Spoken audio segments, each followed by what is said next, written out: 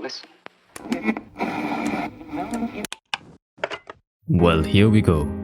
It's just me and the mic, once again. Now, before we begin, I'd just like to say a big thank you to all of them who've subscribed recently, and for all the support that I've received. It truly isn't possible without all of you. Now, there are times when we take a breather and we look back, or we look forward, and then we stop and look around and say to ourselves, nothing's really changed, but everything's different. Nothing's really changed, but somehow everything's different. Funny, because over the last 4 years, I felt that more than ever. Now, the things around you aren't actually different, but somehow in some way they don't really feel the same way like they used to. The things which felt like a drag at some point suddenly may feel quite alright. Or then again, things that you love doing may suddenly not be so fascinating. That's just a very simple example.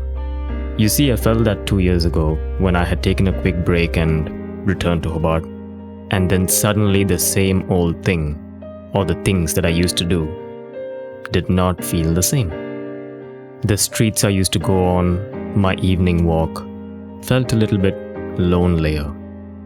And then the pursuit to find employment opportunities seemed a little bit brighter, because it was the other way around before I left.